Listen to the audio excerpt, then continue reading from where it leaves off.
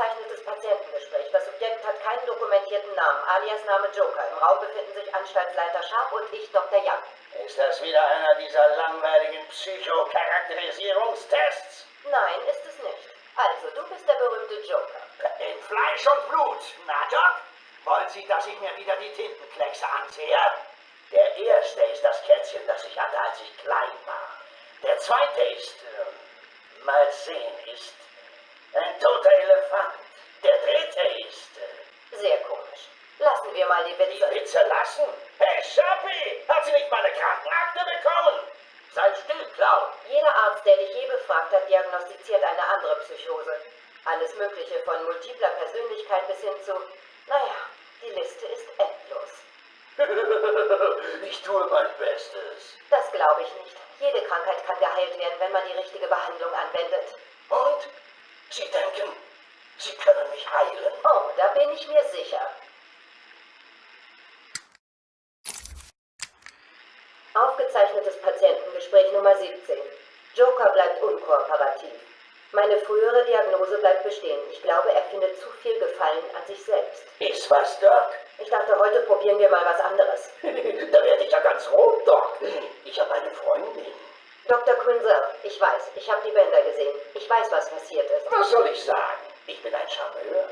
Egal, ich dachte, es wäre gut, über deine Kindheit zu reden. Mal was von Romantik gehört, Doc? So leicht geht das nicht. Da müssen Sie schon mehr probieren. Was versteckst du? Haben Sie mich nicht verstanden? Eine Hand wäscht die andere und... Naja, ich werde Sie nicht in Plastik einwickeln und in der Gosse entsorgen. Aufgezeichnetes Patientengespräch Nummer 20. Joker ist interessanter, als ich dachte. Wenn das Projekt Titan einsatzfähig ist, wäre Joker das perfekte Versuchskaninchen. Guten Tag. Heute dachte ich, dass wir zu unseren früheren Gesprächen über deine Familie zurückkehren. Natürlich. Ich wurde in einem kleinen Fischerdorf geboren. Ich wollte immer zum Zirkus, aber mein Vater ließ mich nicht. Ich glaube dir nicht. Mein Vater war Bulle. Er stand eine Woche vor der Pensionierung, als der Mord... Ich habe den Film gesehen. Wovor hast du Angst? Angst? Ja, Angst. Da gibt es offensichtlich etwas. Etwas, das dich zu dem gemacht hat, was du bist. Was, wenn ich zu viel Angst habe, um mich zu erinnern? Es tut mir zu sehr weh. Dann kann ich dir helfen.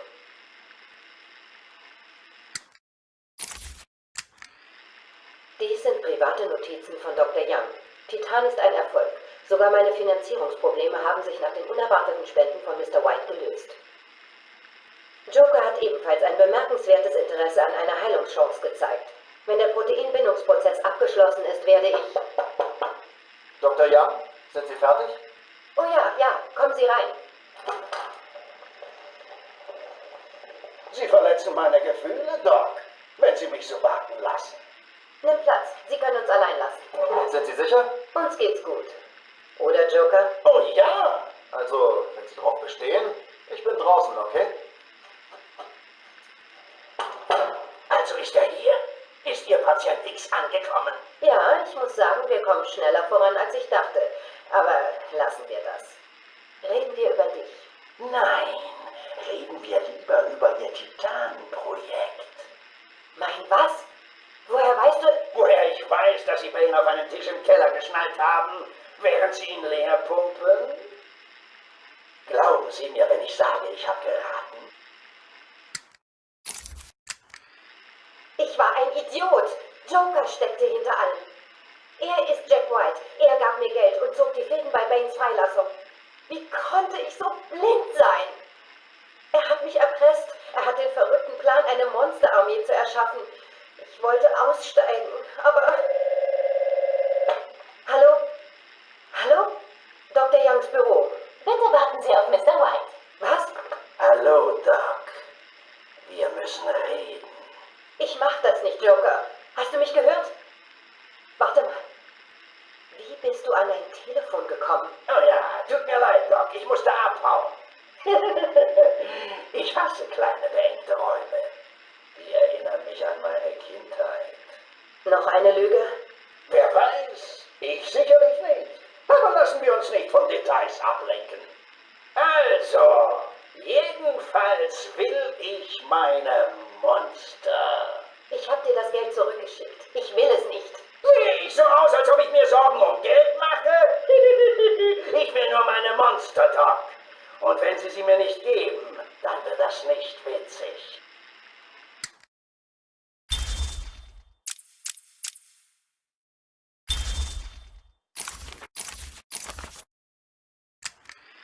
Ist er schon da? Er? Soll das ein Scherz sein? Das Ding ist kein Mensch. Mein Gott!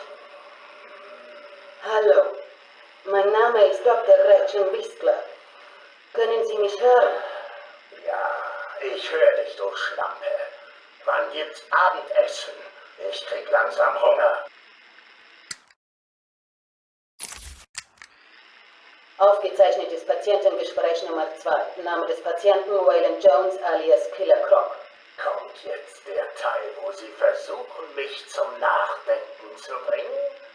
Wo Sie herausfinden, warum ich es getan habe? Doc. Wir sind hier, um Ihnen zu helfen, Mr. Jones. Haben Sie denn eine Behandlung für mich, Doc? Können Sie mir helfen, wieder normal zu werden? Normal ist kein schönes Wort. Keiner ist wirklich normal, oder? Könnte sein. Wie wär's damit, Doc? Sie lassen mich gehen und ich fresse Sie nicht. Sie fressen keine Menschen. Das ist nur ein Großstadtmärchen. Glauben Sie? Aha, denken Sie das ruhig weiter, Doc. Setz dich und halt's Maul. Glauben Sie, ich habe Angst vor Ihnen, Cash? Ich bin Ihnen auf der Spur, Sie sind... Und ich bin Ihnen auf der Spur. Aber wissen Sie was? Ihre Spur widert mich an. Nur weiter so, Doc. Bitte tun Sie das nicht wieder, Mr. Cash. Das ist nicht hilfreich. Das mit dem Band tut mir leid, aber was sollen wir tun, wenn Sie glauben, unbedingt 3 Wachen einweisen lassen zu müssen? Schnallen Sie fest, was Sie wollen, Doc. Dieses Ding kitzelt nur.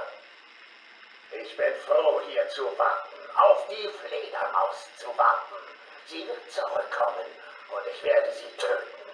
Und dann Cash und danach Sie. In deinen Träumen. Und jetzt steh auf. Sofort.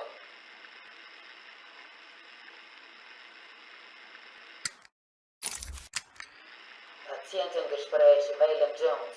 Nur langsame Besserung. Was ist in diesem Haus geschehen? Nur Geschäftliches. Geschäftliches. Was für Geschäftspraktiken führen zu einem Haus voller verstümmelter Leichen? Ich lasse nicht gern meine Zeit verplempern. Die Mann zahlt nicht, also verdient er eine Lektion. Sie schulden mir etwas. Also haben Sie sie getötet, Ihre Körper zerfleischt. Die Polizei hat nie alle Überreste gefunden. Sie hätten in den Abwasserkanälen nachsehen müssen. Heißt das, Sie haben sie da versteckt? Nach einer Weile. Gewöhnlich dauert es 8 Stunden. Zeit zu gehen, Croc. Steh auf.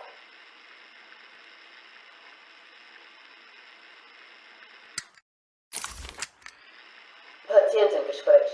Waylon Jones alias Killer Croc.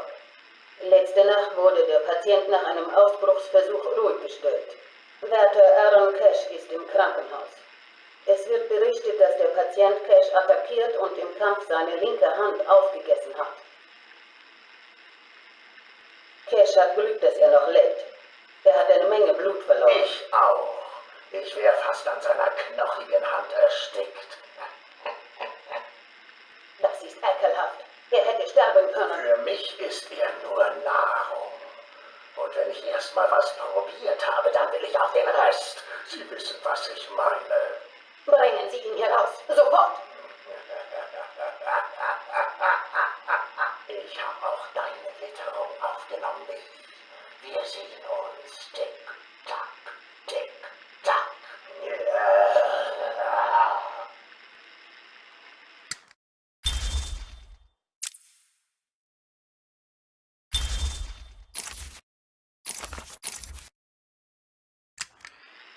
Harleen Quinzel, Nenn mich Harley, jeder macht das.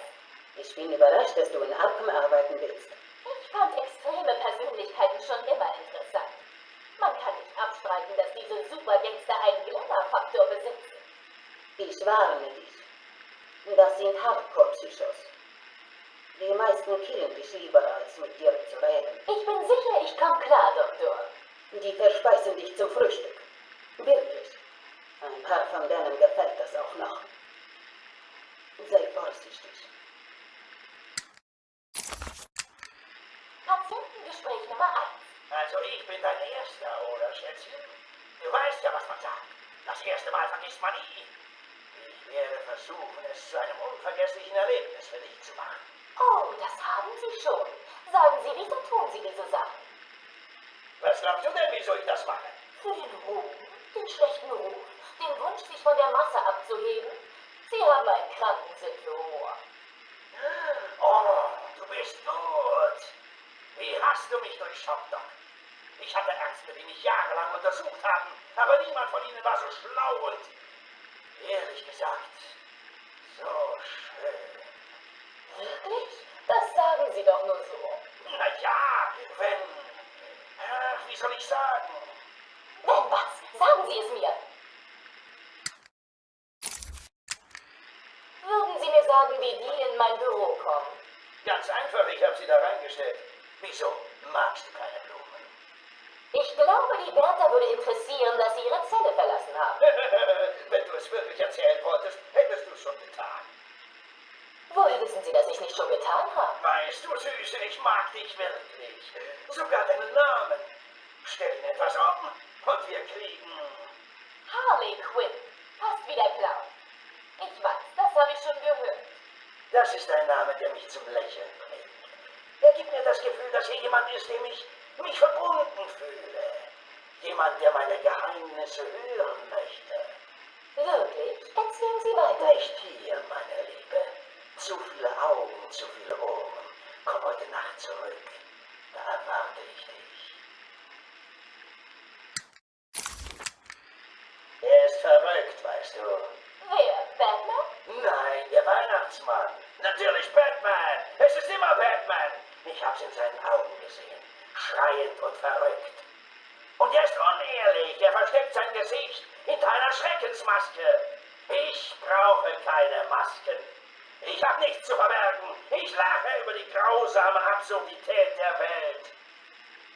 Aber Batman, er hat sie alle reingelegt. Er hat sie glauben lassen, er würde etwas verändern können. Und der Witz ist, sie glauben es alle. Die Polizei. Die Polizei, die Medien, die verdammten Pfadfinder, jeder verdammte Sack, der in dieser städtischen Kloake rumläuft. Hör zu, Süße. Batman weiß, dass wir alle auf derselben Rutsche in Richtung Wahnsinn rasen. Warum gibt er es nicht zu?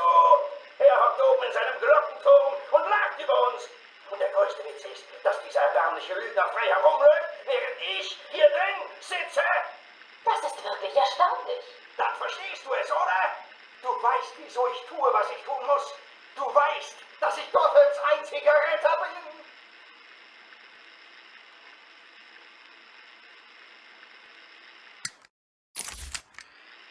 Ich habe, was Sie wollten. Ah ja, ich meine gut. Wie hast du es reingeschmuggelt? Das will ich eigentlich gar nicht wissen. Bist du bereit, diese fiese, mordende Fledermaus ein für alle Mal zu stoppen? Natürlich bin ich das. Er wird dafür bezahlen, was er Ihnen angetan hat. Dann gib es schnell her.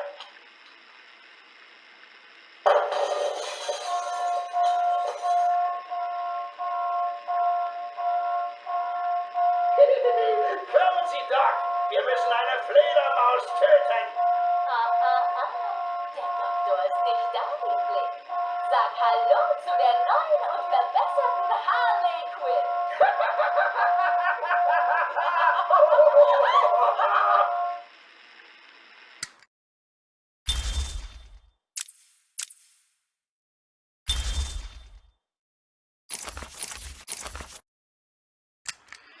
Patientengespräch Nummer 21. Der Name des Patienten ist Edward Nigma, bekannt als der Riddler. Edward, Anstaltsleiter Sharp sagt mir, dass du wieder mal bedrohliche Rätselschmierereien auf den Anstaltsmauern hinterlassen hast. Jemand müsste schon schwer paranoid sein, um Bedrohungen aus diesen harmlosen Rätseln herauszulesen, Dr. Young. Darf ich ihn einstellen? Aber sicher? Was läuft auf 4 Beinen, dann auf 2 und schließlich auf 3? Ein Mensch. Als Baby krabbelt man auf 4 Beinen, als Erwachsener läuft man auf 2 und später benutzt man einen Stock. Netter Versuch, aber die Antwort auf alle 3 ist ein Baby. Es stimmt, als Baby krabbelt es auf allen 4. Aber schneide ihm die Beine ab und es kann nur noch auf 2 Stümpfen wackeln. Wenn du ihm eine Krücke gibst, kann es auf 3 herumhumpeln. Alles klar? Das ist furchtbar. Wie kann man darüber scherzen? Ganz leicht, Doktor. Es ist nicht mein Baby. Aufgezeichnetes Gespräch Nummer 39. Der Patientenname ist Edward Nigma. Ich muss noch entscheiden, ob Mr. Nigma ein geeigneter Kandidat für den Titanprozess ist. Ich würde gerne über deine Kindheit reden. Ganz schlecht. Weiter. Nach dem, was man hört, hat damals deine Rätselbegeisterung begonnen. Ich glaube, wenn wir über diese Jahre sprechen, könnte das dein triebhaftes Verhalten erklären. Sehr schön. Mein Vater hat mich gehasst. Er hat mich immer einen Schwachkopf genannt. Verstehe. Ich wollte ihm das Gegenteil beweisen, also habe ich an einem Schulwettbewerb teilgenommen. Es gab einen 20-Dollar-Preis für den Schüler, der ein fast unmögliches logisches Problem lösen konnte. Ich habe natürlich gewonnen. Hat das deinem Vater gefallen? Kaum. Er war überzeugt davon, dass ich betrogen hatte. Er schrie immer, du musst geschummelt haben, gib's zu, du Schwachkopf. Ich habe geschworen, dass ich es nicht getan hatte, und er schlug mich fürs Lügen. Das tut mir leid, Edward. Muss ihm nicht leid tun. Er hatte recht. Patientengespräch Nummer 44. Noch ein Gespräch mit Edward Nigma. Ich muss mich noch entscheiden, ob er ein Genie ist oder einfach nur fehlgeleitet. Aber ganz egal, was er ist, nur in seiner Gesellschaft zu sein, ist sowohl irritierend als auch mühsam. Hallo, Miss Young. Sie sehen müde aus. Kann ich Ihnen bei irgendwas helfen? Nein, danke, Edward. Ich bin hier, um dir zu helfen. Das sind wir alle. Verzeihen Sie mir meine Arroganz, Doktor, aber wenn Sie glauben, dass ich Ihre Hilfe brauche, dann, naja, sind Sie hier genau richtig. Sehen wir die Sache mal aus einem anderen Blickwinkel. In deinem Leben hast du dich auf bizarre Fallen und verwickelte Hinweise spezialisiert, die meistens mit dem Tod der unglücklichen Teilnehmer enden. Und wenn die Bürger Gothams schlauer wären, wären meine Spiele nur eine amüsante Ablenkung. Anstatt Todesfallen. Sie sollten mir wirklich danken. Ich merze die Unwissenden, die Dummen, die Nutzlosen aus. Aber keine Sorge, ich bin sicher, Sie wollen überleben. Was für ein hübsches Foto auf Ihrem Schreibtisch, Doktor. Ihre Familie? Vielleicht Ihre Mutter? Stell das hin. Raus hier. Sofort aus. Wachen! Lass uns über deine Besessenheit von Batman reden. Das ist wohl kaum eine Besessenheit, Miss Young. Ich fühle nur einen Zwang, ihn bloßzustellen. Weißt du, wer er ist? Viel wichtiger, ich weiß, was er ist. Was meinst du? Ist doch klar. Die Maske, die Waffen, das Angsteinflößen. Er ist ein Verbrecher. Nicht anders als Joker, Two-Face oder ich. Die meisten sehen ihn als Helden. Die meisten sind Idioten. Sie sehen Batman nicht als den Verbrecher, der er ist. Löse mein Rätsel. Wie kam er an sein Auto und seine Ausrüstung? Ich kann nicht. Er siegt mit Geld, das er Verbrechern gestohlen hat. Wieso drückt Gordon bei seinen Possen ein Auge zu? Batman besticht ihn. Die Antworten liegen genau vor ihrem dummen, glotzenden Gesicht. Edward, bitte beruhige dich. Wach auf, Doktor! Kein gesunder, gesetzestreuer Mensch tut so etwas. Niemand ist so selbstlos. Batman ist einfach widerwärtig. Sicherheitslinie. Das ist mein letztes Gespräch mit Edward. Ich bin so weit gegangen, wie ich konnte. Ich kann seine Stimmungsschwankungen und Wutanfälle nicht länger ertragen. Ich muss mich um Wichtigeres kümmern. Er wird nächste Woche Dr. Whistlers Betreuung unterstellt. Guten Morgen, Doktor. Wie geht es Ihnen heute? Danke. Gut, Edward. Du hast gute Laune. Ich bin immer in bester Stimmung, wenn ich entlassen werde. Edward, du weißt, dass für dich die nächsten 3 Jahre eine Bewährung nicht in Betracht kommt. Zuerst werde ich bei diesem Italiener an der 19. Straße zu Abend essen. Wirklich, Edward. Ich hoffe nur, dass Joker die Stadt noch nicht ganz zerstört hat. Naja, das werde ich ja bald herausfinden. Warte. Hattest du Kontakt zu Joker? Er ist schon vor Wochen aus Arkham entflohen. Trotz alledem, man hört so Sachen. Was für Sachen? Was hast du gehört? Oh, etwas über eine Überraschungsparty für Batman. Den Rest habe ich vergessen. Sie wissen ja, Joker. Edward, wenn du was weißt, musst du es mir sagen. Leben könnten auf dem Spiel stehen. Was hat Joker gesagt? Sie vergessen, Doktor. Ich Ich bin der hier die Rätsel aufgibt.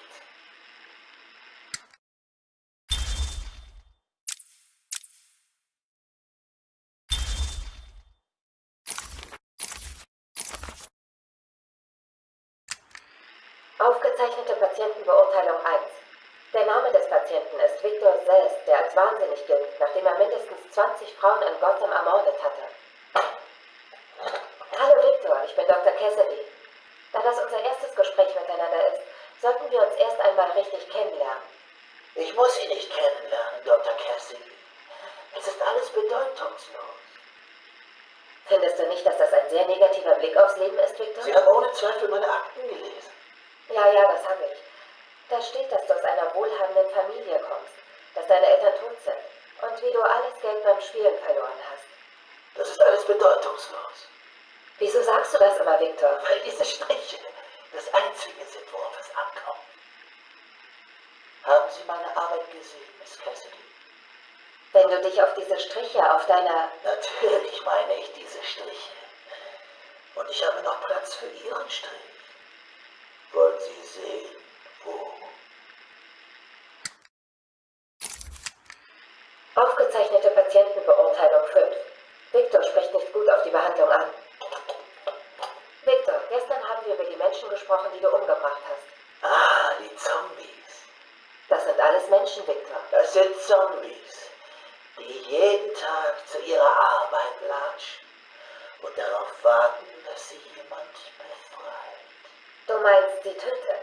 Der Polizeibericht stellt fest, dass du in den letzten 3 Monaten 20 junge Frauen ermordet oder, wenn du so möchtest, befreit hast. Du liest sie mit durchschnittener Kehle und posierend zurück. Sie alle hatten Glück, dass sie ausgewählt wurden, mein Geschenk zu erhalten. Sie würden das wohl nicht so sehen. Wirklich. Und Sie, Miss Cassidy, Sie fahren jeden Abend mit dem Fahrstuhl zu Ihrer Wohnung, öffnen die 6 Schlösser zum Apartment 433 und erinnern sich daran, wieder mal vergessen zu haben, Katzenfutter zu kaufen.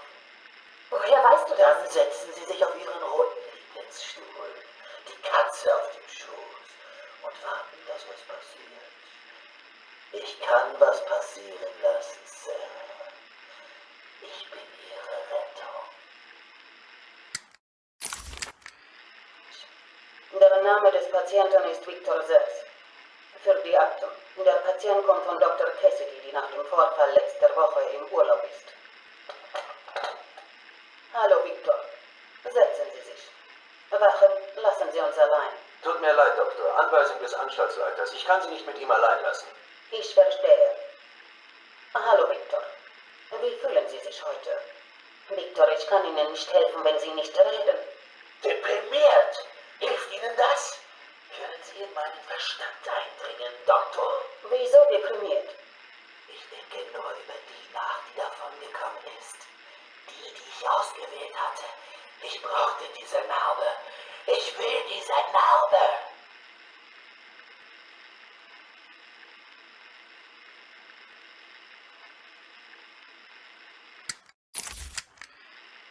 Victor ist in letzter Zeit kleinlauter geworden. Er spricht nicht gut auf die Medikamente an. Hallo, Victor. Gibt es was, worüber du heute gerne sprechen würdest? Schneiden und schneiden. Victor! Und schneiden und Das schneiden bringt und schneiden Wachen! und schneiden. Bringen Sie ihn heraus! Schneiden. Du hast den Doktor gehört. Aufstehen. Hast du mich nicht gehört? Er hat ein Messer. Stellt ihn ruhig! Stellt ihn ruhig! Oh Gott, er ist bei Bill! Er sticht zu. Bringt ihn weg. Holt ihn von ihm runter. Wir brauchen Hilfe. Victor ist seit dem Angriff auf die Wache letzte Woche in Isolationshaft. Während ich darauf warte, dass er zu mir gebracht wird, hatte ich Zeit, mir meine Aufzeichnungen nochmal durchzulesen. Ich befürchte, dass er nicht geheilt werden kann. Er hat kein Mitleid mit seinen Opfern.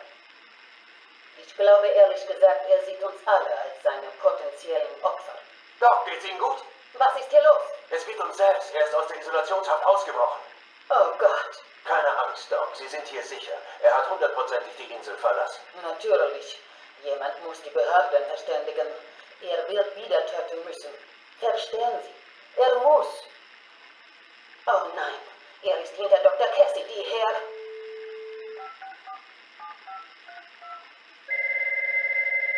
Hallo? Sarah, hier ist Gretchen. Hör zu. Oh, nicht schon wieder. Warte mal, da ist jemand an der Tür. Sarah, mach nicht die Tür auf. Hörst du mich? Mach nicht die Tür auf.